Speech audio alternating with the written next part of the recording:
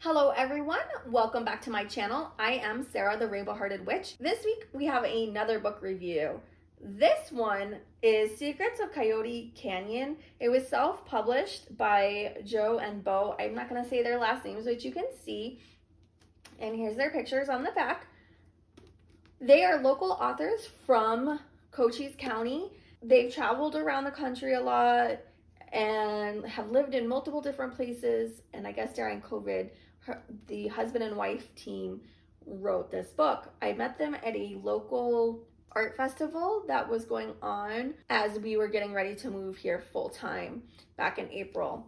So I actually read this book back then. I took a day of rest. I was tired of cleaning and unpacking, but really cleaning, and I just needed a day to not clean. So I read this book in one sitting. It is 292 pages, but it is such a fast-paced book, and the way it's written is very casually, and the font is big, which I like that. I enjoy that. I had really wanted to interview these two. I had asked them and they said no, they declined because they said that they were too busy writing books 2 and 3, which I'm very excited. I can't wait to read because I want to know what happens. There are some plot holes in here and some things that I maybe they'll clear up in books 2 and 3, I'm hoping. But this is a conspiracy. This is an action adventure, and it's interesting that I enjoyed it so much because it's really, the first chapter is all about how the protagonists meet and then how they fall in love and their family life, and then it goes, that's 20 pages, and then it goes, the next chapter is Welcome to Coyote Canyon, and there's a quote in here: "There are no secrets that time does not reveal." Quote from Jean Racine, 1600s. So I'm just going to read one paragraph. It says, "Nearing the southeast side of the Chiricahua Mountains, flashing lights slowed them down as they approached an arch over the roadway. The arch itself announced where they were headed to, Coyote Canyon, a master plan and sovereign community. Just beyond the arch was a small building that gave the impression of being some sort of toll or inspection station. While PJ thought this was southern Arizona, which has inspection stations near the Mexican border, so this was probably the norm down here. There were 2 armed guards standing outside near the building. Their uniforms announced that they were security for Coyote Canyon, while their outward appearance gave the impression that they were expecting the new arrivals. As the Blue Wolves pulled up and stopped beside the official greeters to their new home, the 2 men both stepped up to the vehicle, and with huge smiles on their face, accompanied by kind handshakes, they proceeded to introduce themselves. Not only are they greeted by security guards, they are told that they have to go to town hall and surrender their arms, that it's not allowed in Coyote Canyon. So this book is about their everyday lives, moving in, the town, the people there, their work. It talks a lot about the protagonist's job. The protagonist in this book, Sissy, is a nurse, and then Bo was also a construction worker is a construction worker in real life, and the main character is a construction worker in this book as well. So I know that they've taken a lot from their life and that they both live in Cochise County. PJ. So it's Sissy and PJ Blue Wolf are the protagonists. So they move to this town, and Sissy takes a job as a nurse, and she experiences all these really weird things and people with illnesses that are so rare, but 30 patients in 2 years have this illness, and the doctors do really unethical things. And then PJ, he notices a lot of unethical things going on at his work site as well. That's the conspiracy of what's going on with this town. What is up with this town?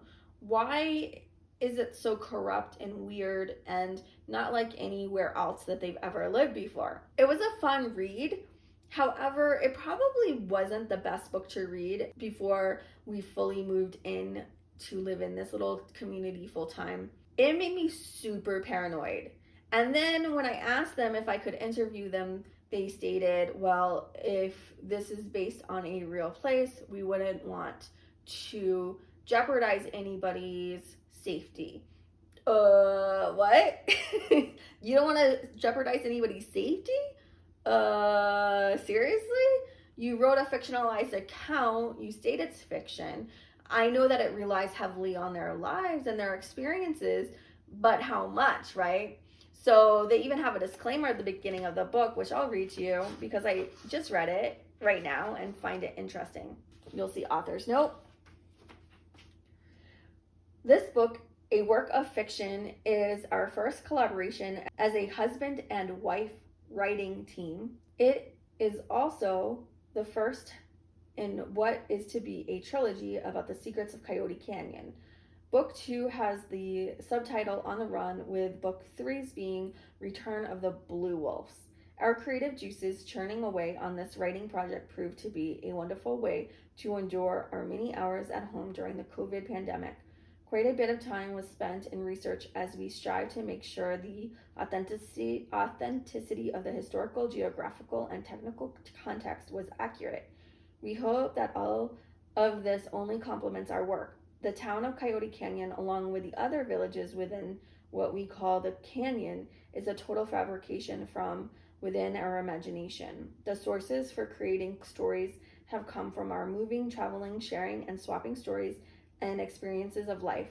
While this is merely a work of fiction, we strive to make sure that any reflection on real life was altered enough so as to be unrecognizable.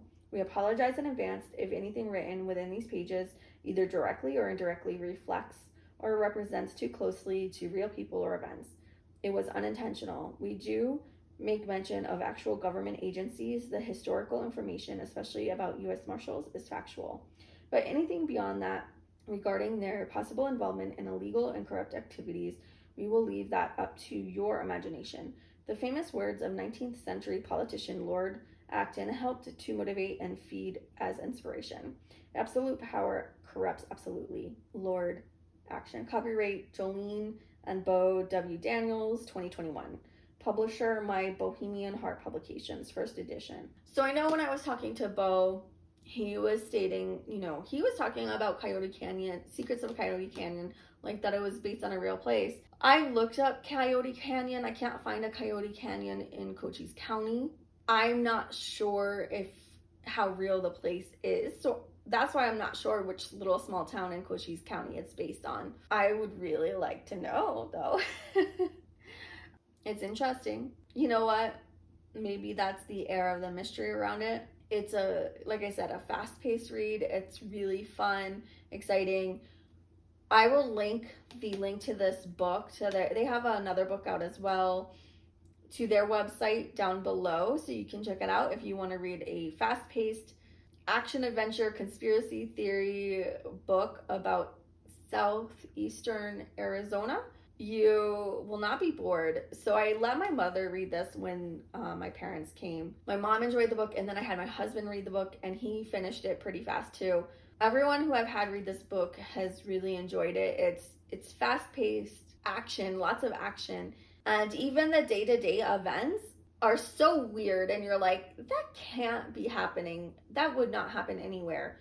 That you just keep reading, and it's like, you wouldn't think you'd want to read about two people's very stressful work environments where people are not doing the right thing. Like, I would not be able to survive because I'm definitely a type A personality, and everything has to be done correctly, the correct way, no shortcuts. I don't care. It needs to be done, and it needs to be done correct. This book probably raised my blood pressure at points because I was just stressed out by the things that were happening, especially at the hospital where Sissy worked. Like I said, I know enough about the authors that I know that they are Sissy and PJ, and that a lot of what they're writing is based on their lives and where they moved from and where they moved around to and all of that. I follow them on Instagram. I'll link their Instagram handle also down below. Not link it because I can't, but I'll put their handle so you can follow them. So yeah, I'm definitely gonna read the trilogy. I'm waiting patiently for books 2 and 3. How much of it's real and how much of it's fiction, again, I don't know. I just hope it's not based on the town that I moved to. Now that we've been here a little bit longer, I don't think it is. This town is very chill and everyone just wants to keep to themselves. There's nothing really to do here.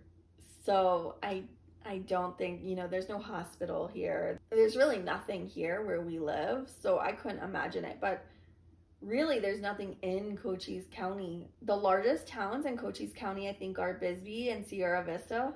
So those are both pretty small towns as well. So I have no idea what town it is that they're talking about. But that's part of the fun of reading this, is you're like trying to figure out, what town is this based on? How much is factual and how much is fiction? Yeah, it's just a really fun book, and I hope you guys check it out. And I'll see you guys next week. Bye, guys. Hey everyone, thank you so much for watching my video. I had so much fun uploading it. I upload videos every Tuesday and Thursday. Check them out. I also have a Buy Me a Coffee if you would like to support this channel monetarily. So the links are down below, and I will see you all next week. Bye, guys.